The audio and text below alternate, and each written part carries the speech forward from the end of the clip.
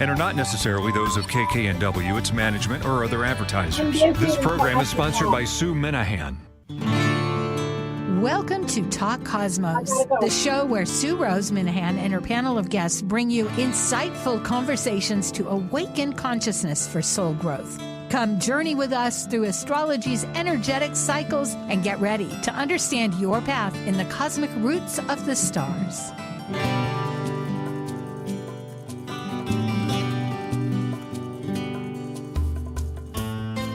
Hello, yes. I think I'm going to come on in a moment, and I'm hearing Odie. There I am. Hey, happy St. Patrick's for those of you that have a little smidgen Irish, that want to be a smidgen, or else whatever. But hey, it is a day, and I'm even wearing a shirt that I had bought for my husband, but it says Ireland. Enough of that. Today is March 17th, and we have a panel that's quarterly. It's a wonderful panel because there's a new kind of astrology out. It's vibrational astrology, and we'll give a little bit of a heads up about it. But it's energy because the world is energy. Einstein said it's energy, right? Nothing gets destroyed. It always comes back again. And the actual date isn't today, but it's in 2 days. Close enough for jazz, as they say. And I'm just seeing if there's anything else really momentous to share with you, except thank you so much for coming. We do love to share what we feel. They're such vital messages. And I think that's okay. We'll talk all about it as we go because we need all the time we can get. We are now ready for Good Vibrations panel. Revealing fundamental core consciousness, manifesting through the lens of vibrational frequencies for the season's energetic theme, for the spring and autumn equinox, and the winter and summer solstice, this is your Good Vibrations panel. I am Sue Rose Minahan, founder of Talk Cosmos since 2018, an evolutionary astrologer and student of vibrational astrology, a consultant, workshop facilitator, lecture speaker, writer, Dwarf Planet University graduate, charter member of Kepler Astrology Toastmaster Club, hold an AA degree and Associate of Fine Arts Music degree, and Certificate of Fine Arts in Jazz. I'm an artist, musician, mythologist, and pursue esoteric philosophies. I'm Robert Pacitti, professional consulting astrologer and the visionary behind Deep Earth Astrology and the Deep Earth Astrology Tarot, a divination tool and teaching aid that integrates astrology, herbalism, and natural reverence. I specialize in vibrational and psychological techniques and infuse my practice with a deep connection to nature's spirituality. I'm currently the Grand Pendragon in the Ancient Order of Druids in America and the director of the Magus Gathering in Gore, Virginia. And I'm Linda Berry. I hold a professional astrology certificate in vibrational astrology from the Avalon School of Astrology, as well as a Master of Science in Social Work and bachelor degrees in psychology, mathematics, and computer programming. I teach vibrational astrology courses in the School of the Astrology of Vibrational Energetics online. I created Frequency Finder and add-on to Cosmic Pattern, Sirius, and Kepler software. Frequency Finder provides an in-depth astrological analysis of your astrology chart. As a vibrational astrology researcher, I moderate a vibrational astrology research group, am an international consultant, a published author, and the writer of a free daily blog, the Vibrational Astrology Diary. As an ancient mathematician, Pythagoras' Music of the Spheres about vibrating stars and planets, the electrical engineer Nikola Tesla said, "If you want to understand the secrets of the universe, think in terms of energy, frequency, and vibration." Well, there we go. Again, we're going to come popping on in a second. Pardon the little bit of a regroup. There you are. Good. Hello. Good to see you all. Yes. Hi, Linda. Hi, welcome to a wonderful day. Yes, it is. It truly is. I love it in every way. Well, let's jump right in. Odie, if we can have those slides, we won't leave a moment to spare. Good. Well, here we are once again, and these are the contacts. You can get a hold of Linda at her website, which is astrosleuth.com. Org. That's important .org, to know. yeah. Yes, thank you. And Rob Pacitti is deepearthastrology.com, and I'm at talkcosmos.com. So I'm giving just a little intro. Why vibrations? We look at the seasons. The equinox and the solstices have exact moments when the sun enters that degree. So, as Linda has indicated, that is a sure deal that we can actually look at this multitude of vibrations. Humanity, we have to remember, since eons before the written word, which is what, 5,000 years ago, but 10, 12,000 years ago, look at what they did. They're in Turkey, Göbekli Tepe, if I'm pronouncing that right. Those are monoliths that have symbolic not figurines, but hieroglyphs on them that are fascinating. People, it's an achievement. People were looking at the heavens. Why not? It's the only show in town at night, and it is part of our birthright. So just to say, vibrations live. Pythagoras, more recent, but still a while back, 570 to 500, we don't know exactly. An ancient Greek mathematician philosophically came up with a model of a universe that there's a cosmic hymn because the planets are vibrating. And he is, if I'm correct, not Linda I'm asking to remind me, but the Fibonacci, I think he came up with the Fibonacci, yes? The geometric ratios in nature, which is the golden mean, and just amazing realities that all kinds of brilliant minds, such as Da Vinci, and who's an artist, as we all recognize, were studied and realized and contemplated and used. So just to quickly say, there's two much more current, wonderful geniuses that have great quotes that we can say. Nikola Tesla, who's a futuristic electrical engineer in the mid-1800s until the mid-1900s, defined the secrets of the universe. Think in terms of energy, frequency, and vibration, such as we say at the very end of ours. And Max Heindel, who's a mystic and Rosicrucian founder and astrologer, about the same era, but didn't live quite as long, unfortunately. All things are in a state of vibration. Here, just for you to look at more closely, and I apologize, it says winter solstice, but it's still the same idea, that this is when the sun is right above the equator, so it's shining. There's really, essentially, you could say, not much of a shadow, and the light is even throughout the world. So what is vibrational astrology? It is evidence-based astrology. In other words, it uses thousands of charts in a database with the most precisely aspects that are wanting to be researched. I know it's very general, and if you are so inclined, you can learn a lot more closely, or else ask Linda in an email or go to various videos or take a class.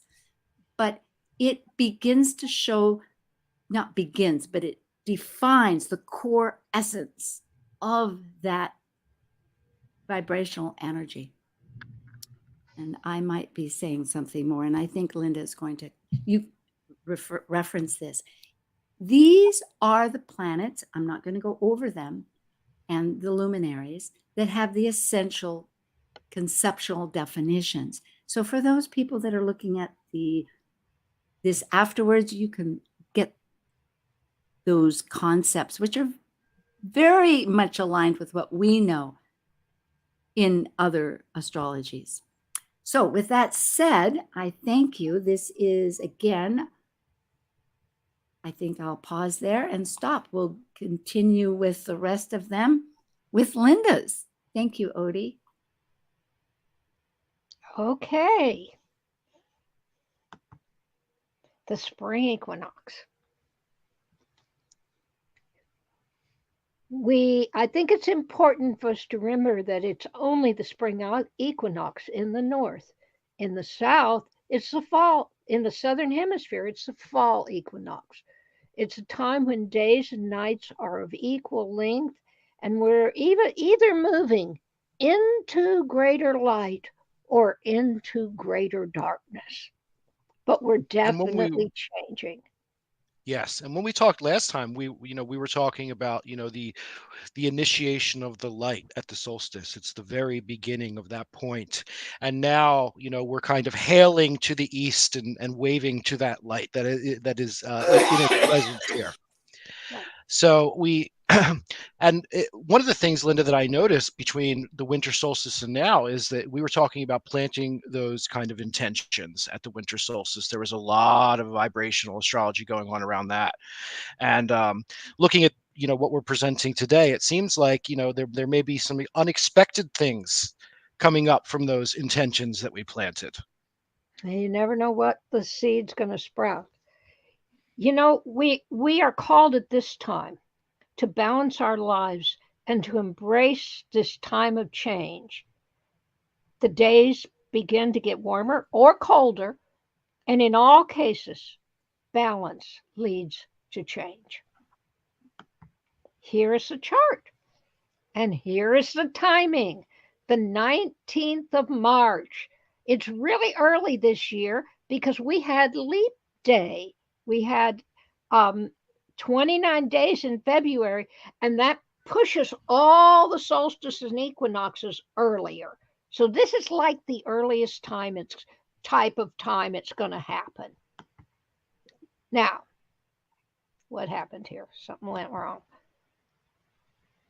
Well, we had the sun and moon trine at the winter solstice. Well, they're trine again this time, but this time we've got Pluto joining them. Pluto is opposed to the moon. Look at there. And this interaction involves Pluto and the moon get acted on by the sun over here and by Haumea over here. We saw Haumea at the winter. Well, this is really a critical opposition, and we've got a lot of action on it. Just for people that don't work with Haumea, can you give a quick energy definition of how Haumea operates, Linda? Haumea is a planetary body out there orbiting about the same distance and time as the Pluto and Eris. Okay. Well, no, Eris is different. At the same time as Pluto. However, they're kind of a little off. I mean, they're not hitting each other or anything, but they're in the general same time range and orbital trans-Neptunian in the orbit. Yeah. Yeah.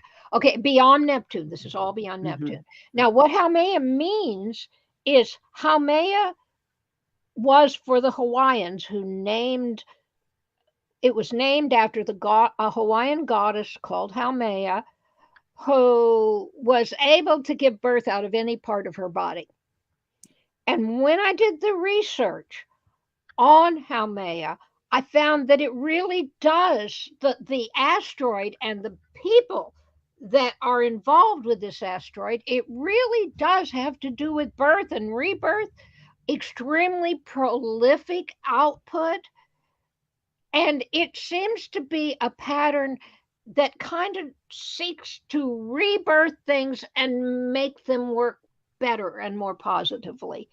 One of the biggest problems with it is that there's a lot of abundance there and there's a lot of birth, and that means new things. Perfect for spring. Yes. Yeah, it's lovely for spring. So because it means new things, it means changes. People that are allergic to changes are going to have problems with it. Yeah. And if I might add, Haumea is also considered a dwarf planet these days. I know originally it was an asteroid, but she's really a dwarf planet. Yes, thank you, Sue. That's all right. Okay. So the moon with Pluto is our deep subconscious patterns.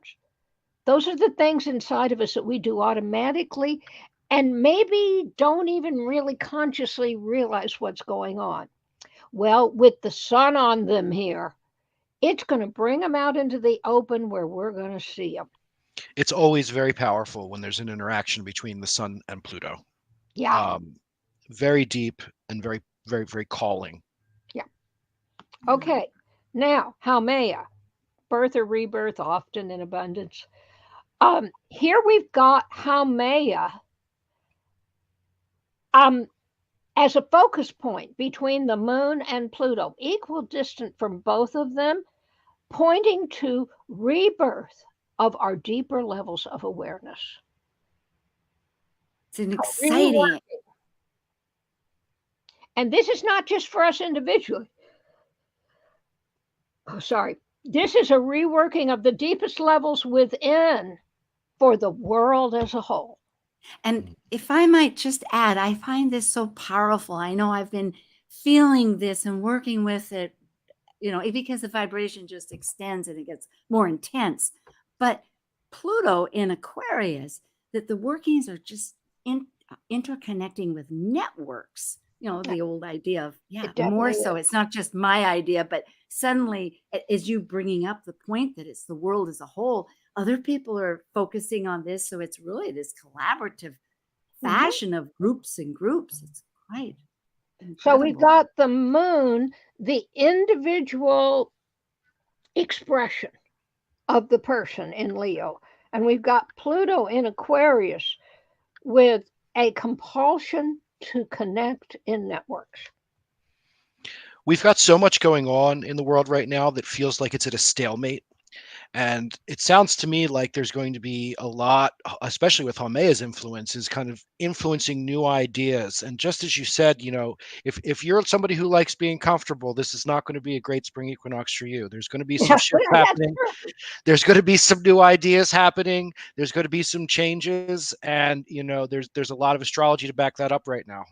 Right. And if you're not willing to be real with yourself and look at what's there, both the beautiful parts and the ones that are not so beautiful.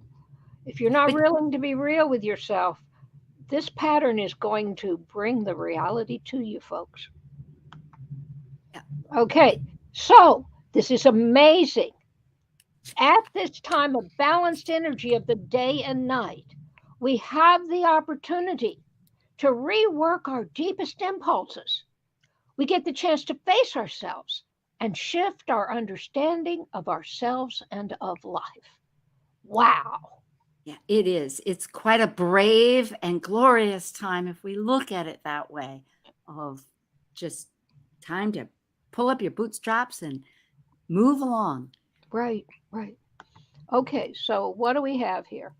In addition to that pattern, we have a midpoint, a planet sitting at the middle between two other planets, one that's really strong in the basic spring equinox chart, and it's Mercury Saturn, sitting with the sun sitting right in the middle of it. That equinox sun is sitting on it. And what does this tell us? It means that we're analyzing, attempting to figure out what is really fundamental within ourselves and in the events and reactions that are going to be coming over the 3 months of the spring. And with that sun there, it's going to be a daily reminder. It's a daily process of evaluation. Now, here's the amazing thing, is these 3 planets are also operating in vibration 20. And that's kind of technical, but just take my word for it. They're operating in vibration 20. And this brings an exploratory interactive analysis that seeks to develop an organic understanding inside of you of what's happening. And I think that this is a little bit of creative freedom as well. Would you agree that there's a little bit of creative freedom that is being opened here? Well, this is like creative action And it is freedom in the sense that it's the action that comes within you that you're going to go do, and you're not really paying attention to whether other people like it or not. So there's some freedom in there. Very much so. Now, there's another energy that this Sun, Mercury, Saturn is carrying. And this is 41. 41 has to do with analysis that bridges the gap between people and groups who do not currently seem to be connected. To bridge a gap of understanding, of feeling, of connection. And we could certainly use some of that at this point. I hope some of that applies to the political landscape. I think it does. I think that there's going to be for those who aren't so rigidly stuck that they're not willing to include anything beyond exactly their ideas. I think this implies an openness here, an analysis to figure out what do we have in common, what's really important to us that we all need to do, that we all want to do. I love this particular vibration, and it really encourages me to see that it's Mercury, Saturn, and Sun, such as you had indicated, Rob, that it's daily, but also that clarity of fundamental analysis. If we're going to share with other people that gap, it helps to have some facts that we can give with our TLC or give with of understanding. I've been doing that just lately with this. It's ringing bells, but this is okay. Now we have one big. Okay, there's also an isotrap here that's when two midpoints are conjunct each other. And look at that Mercury Venus midpoint at 28 Pisces 48, the Sun Neptune 28 Pisces 44. Wow. Isotraps create two patterns, and that's a super strong vibration. You know, it was talking about, the introduction talked about how we're all vibrating. Well, this shows us some of the things that are coming in and impacting our vibrational pattern. All right. So this is about beautiful communication, about visions and dreams with two resonance patterns, clear thought about these visions and dreams, and the clear beauty of amazing visionary dreams. So we're focusing on thought and beauty involved with visionary dreams that have the potential to be expressed in the spring. You know, when I just reading all of that together, the word that came to mind was hope, hopefulness. And, you know, and that's a great thing right now.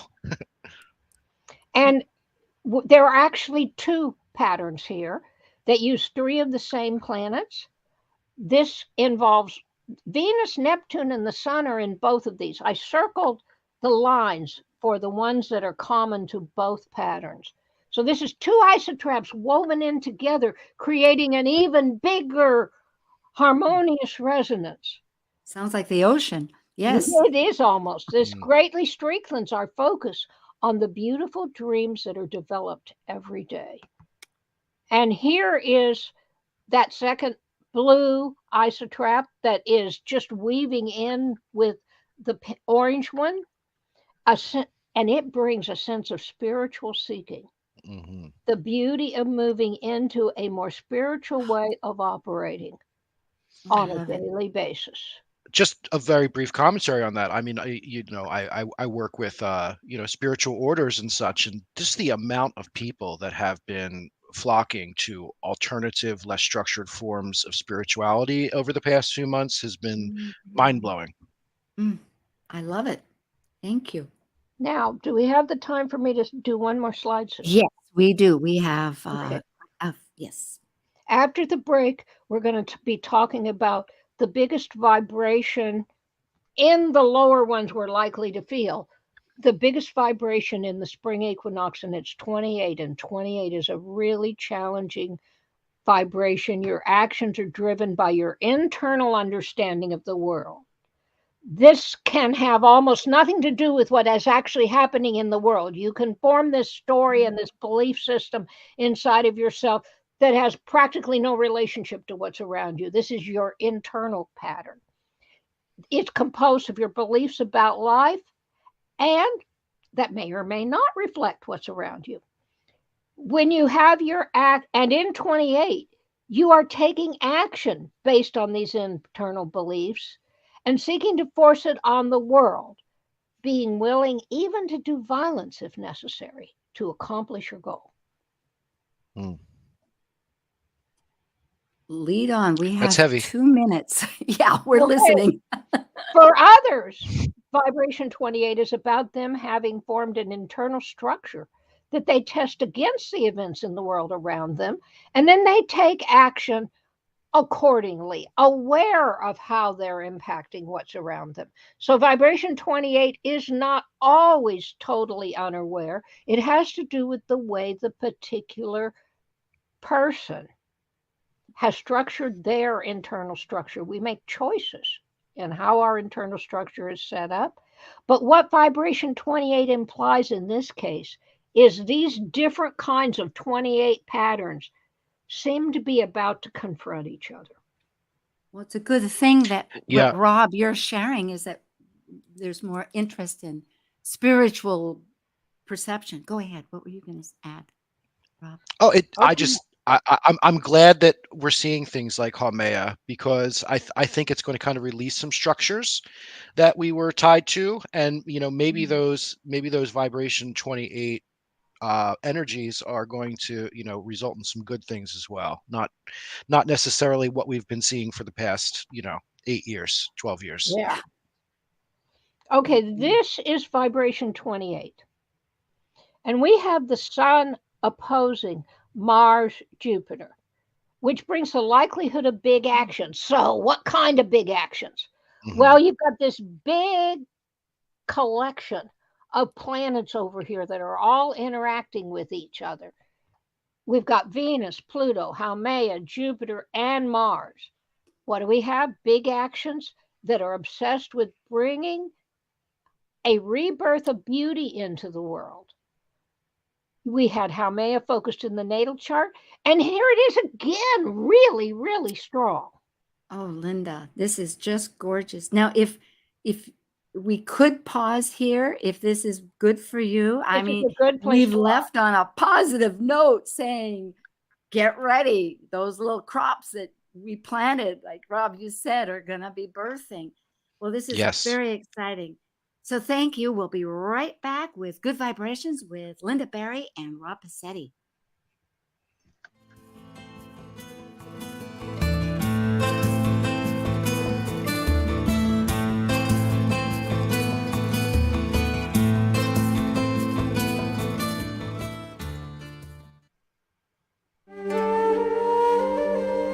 While we take a break from this week's edition of Talk Cosmos, let's take a look at this cycle's archetype.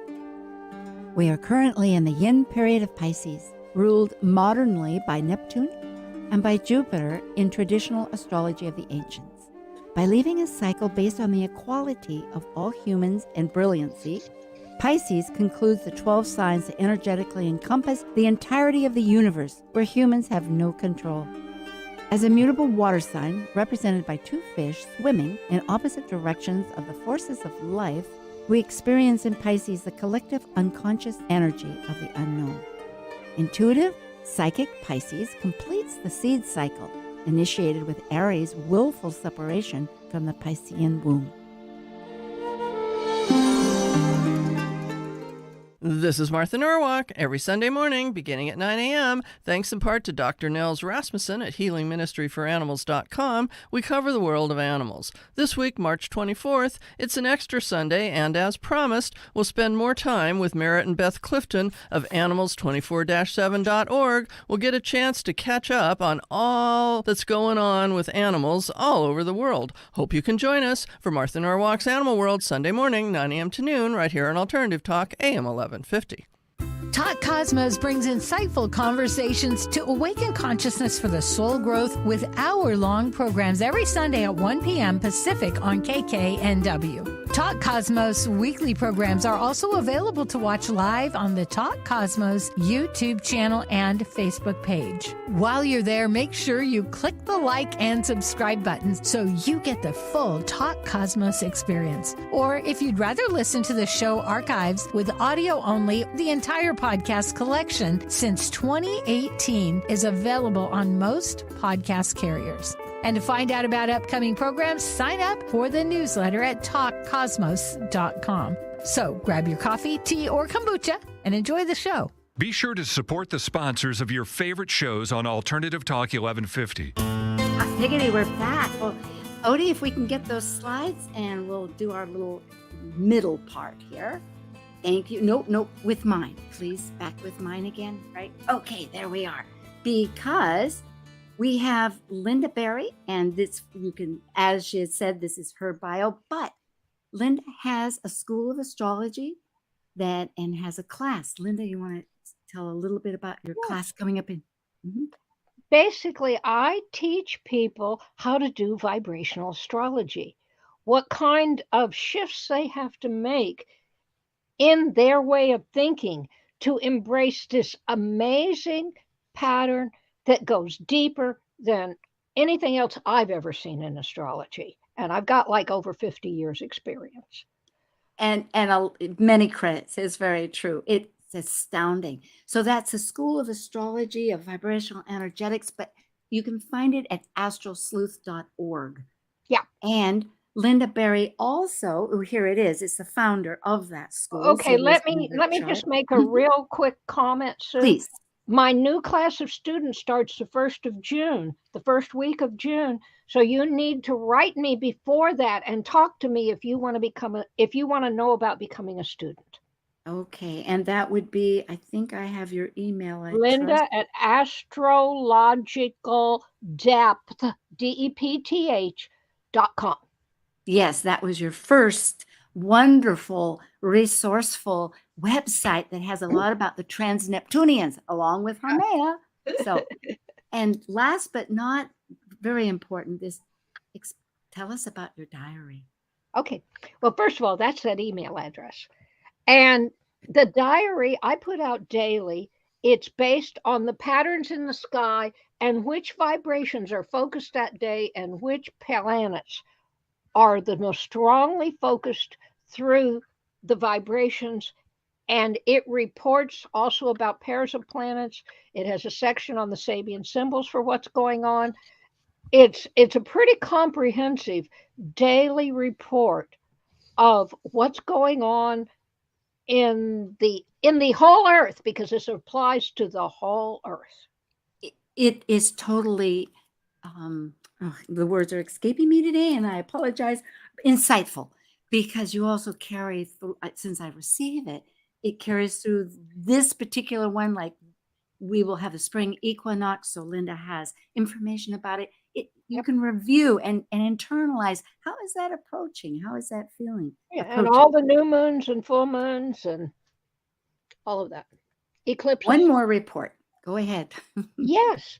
And after I did this, which applies to everybody, and I put out free, it's my gift to the universe. It bothered me that I couldn't give something to people. I couldn't have something for people that was specific to them and how these events were affecting them. And I figured out an economical way to do that. And it uses the Sabian symbol patterns and how they particularly key into you for each new moon, each full moon, and other significant events like the Jupiter-Uranus conjunction or the solstices and equinoxes. All of that you get for just $20 a month. Thank you. Very much worth it. And for those that are interested in joining the school, I will highly endorse Linda as a teacher. Me too. I know. It grows on you. It's like you can't get away. It's like, oh my goodness, this is so truthful. And it resonates. It operates. Now, Rob Pacitti, here is his information and at Deep Earth Astrology. And I noticed that, because I had forgotten to ask you, but I do know that you've got the Green Egg magazine, a wonderful article. Yes, yes. I've been doing some more nature spirituality focused articles for the Green Egg magazine, working with Oberon over there. It's been great. I'm also working with wonderful watercolor artist Dana O'Driscoll on putting together this Deep Earth Astrology Tarot, which kind of it merges with nature spirituality, astrology, and the hero's journey, and it's very exciting, and it's going to be coming out soon, and we're excited about it. Oh, I have to have one. Yeah, That's very you will good. get one. Oh, thank you. Now, here, and this is about myself, the three of us are going to be participating about a wonderful event coming up on Tuesday, just 2 days from now. And it's through East West Books, which is part of Ananda. Yogananda came over in the 40s. And since then, there's been this East West Books as part of that legacy. And this will be about actually a large number of us, and I have them listed here. We're all going to be speaking about the idea of how we're looking at the spring equinox, but it's World Astrology Day, and also about the light within and how it's the light returning and a healing process. So it's very exciting. So go to eastwestseattle.org and you can sign up for that. You'll get a recording because it will be in the middle of the day on Pacific time at 2:30 to 3:30. So for people with KKNW, you're right there in homeland. But for the rest around the 2:30 to world, 5:30. it is in Pacific time, 2:30 Right. to 5:30. Correct. I probably said something wrong. Thank you, Linda. And so for East Coast, it'll be 5:30 to 8:30. And do either of you have a comment about that? I know you'll both be there. I'm excited. It will be very inspiring. I think so. Yes. So here we are, and then we have a playlist. You can always go to Talk Cosmos, and we thank you very much. And that's the end of me. Let's get back to Linda. Thank you. Okay. Odie. Now, what does Vibration 28 have for us? The first thing is Pluto is conjunct Haumea. And I may have mentioned this before the break. This means that the spring will involve an obsession with rebirth of the internal patterns within us that are driving our actions. So this is a rethinking of ourselves. Now, okay, but what else? Look at these orange lines here. Down here at the bottom, it's hard to see, but that's Eris and Uranus. Up here at the top is Jupiter and Mars, and they are quincunx each other. Okay. Quincunxes bring something where you, in transits like this, they do a little more than this in the natal chart, but in transit patterns like this, they call for us to make adjustments in our behavior patterns. So what is this one about? Taking big actions to move out of a cycle of exclusion into a cycle of inclusion. Eris says actually Eris isn't nice enough to say we can. Eris says we must become inclusive, or we will find ourselves being excluded in the same ways that we are excluding others. And let me tell you, folks, Eris does not mince her words. Eris was responsible for the Trojan War because people weren't being inclusive. It was, what a story, the Odyssey and Eris. I have her right on my North Node. And inclusion is and both. It's the whole dynamics of what we're working for. And it does require adjustments because you have to think of a symphony of sounds. So it's like we have to join together at this time for the sake of all of us. We have to join together with those that we might actually really disagree with on some things. Find the common bedrock that we all share. And that's what we need to operate out of. That's more important than the little differences between one person and another. Yeah, for sure. And I think one of the things that people are seeing is that we have a lot more in common right now than we do different. And Yeah. and that is really going to be the crux that pushes this forward, I think. I think that's what may, just keep your fingers crossed, may save us. Yeah, for sure. All right. Now, there is a big pattern of resonances in 28. Remember, we are resonant beings, we are vibratory beings. And when something comes and really speaks loudly, it affects the way we resonate, it affects the way we experience life. And this is the start of this. It's a very large pattern, and we'll build it step by step. First, we have this big string. These planets are all equal distance from each other. If you go on this line, it's like beads on a string, folks. And this is Jupiter, Pluto, Uranus, Mercury, and Neptune. And this is about idealized thoughts that call for inclusive ideas, bringing a compulsion to attract beauty into our lives. Now, what's interacting with it? Okay, first of all, these gold lines at the end are also equidistant. These two gold lines here are resonating with this gold line over here. So we got two kinds of resonances here. And this is Mercury interacting with Venus, Pluto, and Neptune interacting with Eris, Uranus. Oh my goodness. This involves sharing beautiful thoughts of sensitivity and awareness, realizing the importance of moving from exclusive thought patterns to inclusive thought patterns.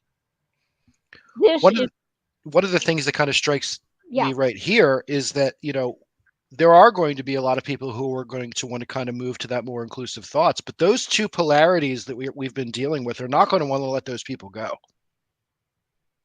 It's going to be, there's going to be a lot of struggle to get to that place. It's not going to be an easy separation from these foundational thoughts that have been holding us. Okay. But summer solstice might save. I have another. We'll wait and see. Okay. So this energy is being born within our internal awareness. And it's coming into our lives big time. Mm-hmm. We're going to feel the need to do this. Okay, now that there's a, okay, I missed a slide. Let me go back. Okay, now there's this big blue line. This is what in astrology we call a T-square. And this is, I'm not sure it's a T. I don't think that is an opposition. Yes, it is. Is that an opposition? Yeah, that's an opposition. That's okay. All right. So the moon Saturn is at the midpoint of Mercury and Uranus. Okay. So what are we talking about here? First, moon Saturn is about being responsible with your feelings and your emotions, to recognize what it's not worth getting upset about. Don't mess with the small stuff.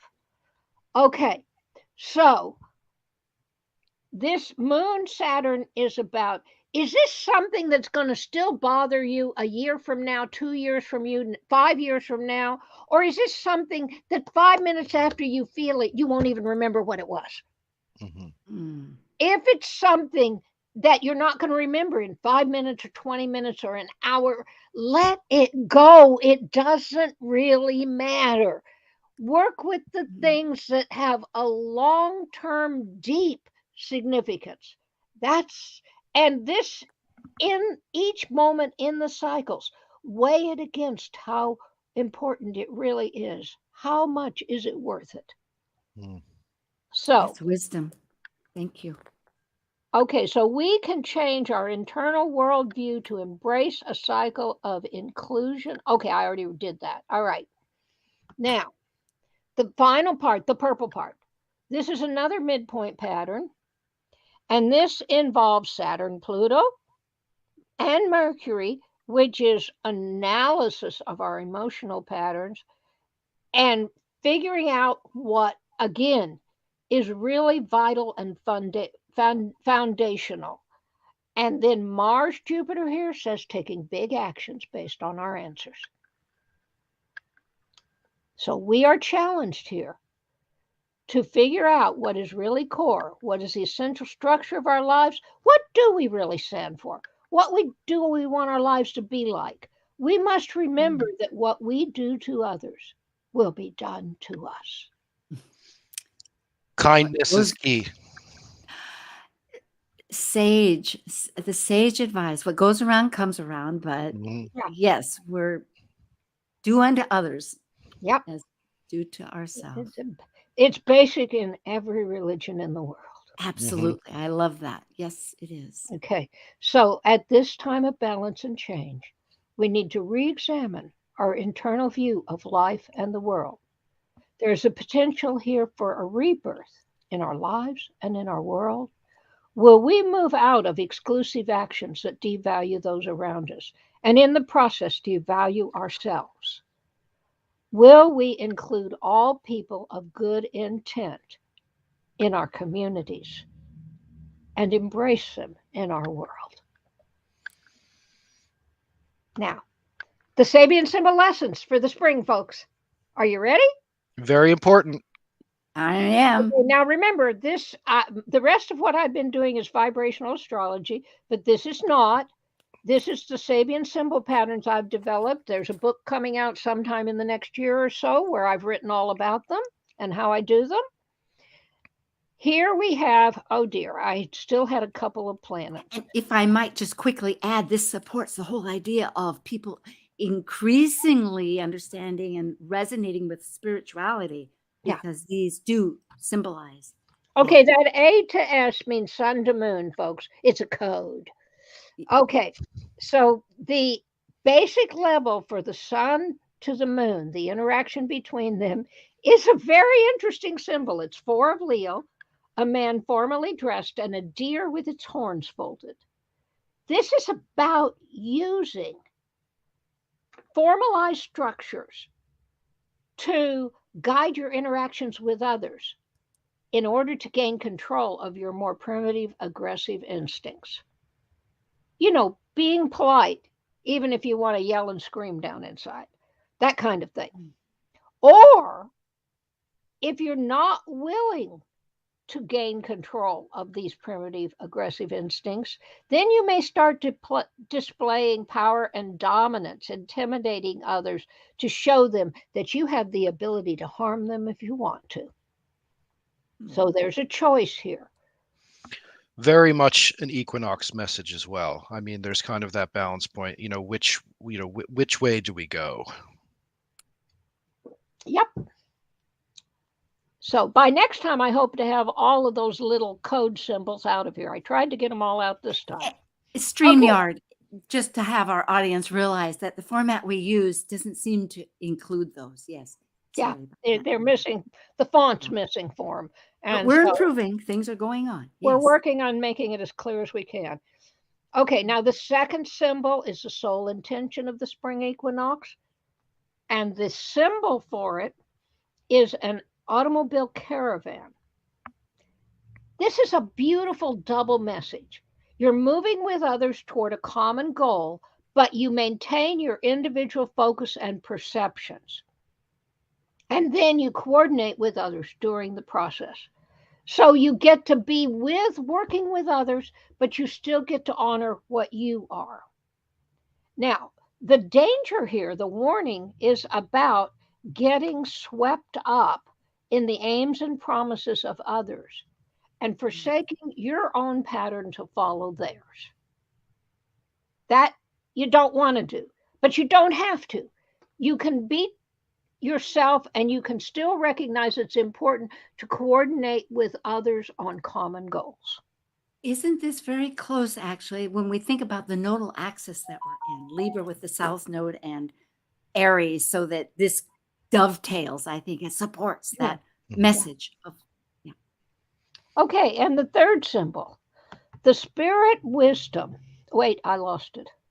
It went too far. Here it is. The spirit wisdom for the spring. The symbol is an old man attempting vainly to reveal the mysteries. Now, you have to realize that some of the symbols show the negative side of something rather than the positive side of it. That's just the way the symbols are. And in this case, the positive expression of this is starting to work on the issues within you that are keeping you from making connection into the greater mysteries. That's the call here. That's the potential with the rebirth, with working on the deep levels within you. That's the potential in the spring. If you don't work on these deep issues within you, you may start feeling trapped, powerless, and impotent because you're not clearing the things that block you from the deeper energies. And so you end up with this sense of being trapped, powerless, and impotent, where you don't even consider that you might be able to change something. You know, in one sense, all we have is ourselves, and we can always work with and change ourselves if we are willing to face what's within us and realize that we are not a finished project. We are a growing, evolving awareness. And it doesn't matter what we've been, we can do something that is more aware now. It seems to me like there's a unifying message between both the vibrational and the Sabian symbol, and that is that we all kind of maybe feel a little bit trapped, powerless, and impotent right now. We have the opportunity to connect to the collective unconscious, get back into a space of unification, but we're going to have these things that are going to want to kind of tie us down, and we have to be able to break free. Okay, so here's a summary of the opportunities. To use rigid formal structures to guide your interactions with others so that you control your more primitive, aggressive instincts. To move with others toward a common goal while continuing to maintain your individual focus and perceptions, coordinating with others during the process. And to start to work on the issues within you that are keeping you from making connections into the greater mysteries. Pitfalls. To get into displaying your power and dominance, seeking to intimidate others. Anytime you see somebody trying to intimidate others, that's a big red flag. That's a warning. Showing them that you have the ability to destroy them if you wish to. Remember that operating this way, intimidating others, operating out of power and dominance, really comes from insecurity. That's not strength. That's weakness. Very true. To get swept up in the aims and promises of others, forsaking your own path to follow theirs. Another big warning, don't do that. Be true to yourself. To feel trapped, powerless, and impotent, unable to even consider that you might be able to make a change in the world. And let me tell you one last thing. When we make a change in ourselves, we make a change in the world because we're all connected, folks. Thank you for being here with us this day. May spring bring rebirth and the flowering of new life within you. Oh, Very and I nice. love that art. Yes, thank you. Tears are welling for joy, for whatever it's about to. Thank you. The last thing we want at the spring equinox is a stagnant energy, and I think that we've been feeling that for quite a while. And this message is very hopeful that enough of us will be able to come together, put things maybe aside that need to be let go, and work towards a better future for all of us. There's always choice, isn't there? And as you had indicated, Always right now at the equinox, when it's that moment of equality, we get to choose yay or nay. Yeah, and let me say one more thing. Mm. Not only in the United States, but around the world, in the late 1700s, there was a surge of independence. There was a surge of desire for freedom. There was an upflowing of new possibilities. the French Revolution, the American Revolution, and other patterns. This happened all over the world at that time. That was when we discovered, that was before we discovered Pluto, actually. But Pluto was a major force in that. And here is, we just had Pluto come back to where it was at that time. We just had Pluto return to that place. And when something returns, you have an echo of the old pattern.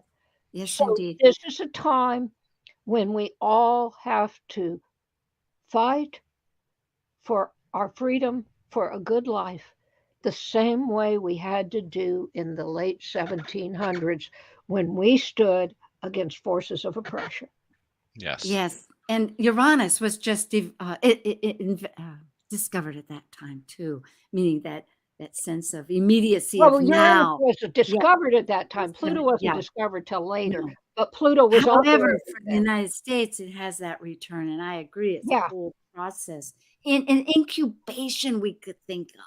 And when you think of anything incubating, like bacteria, for instance, which is everywhere, primal, amoebas and all of that, it's prolific, just like Haumea with birth. And again, it's that what evolves, if we could say with evolution, would be of getting along. The golden mean is big. It's like what attracts you, and to be a little honey instead of vinegar, right? This is our opportunity to move to the next level.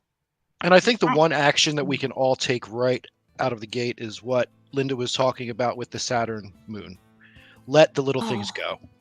Let the little things go. You both have been just so powerful. I keep this a mantra through the whole season. And I'm so glad now we have Action City. It's like good, not just observing stories. Thank you. And everybody come join us on World Astrology Day. That would be with eastwestseattle.org. And thank you, Linda Berry. And thank you, Rob Pacitti. We'll see you on Tuesday. Okay. And happy St. Pat's for those.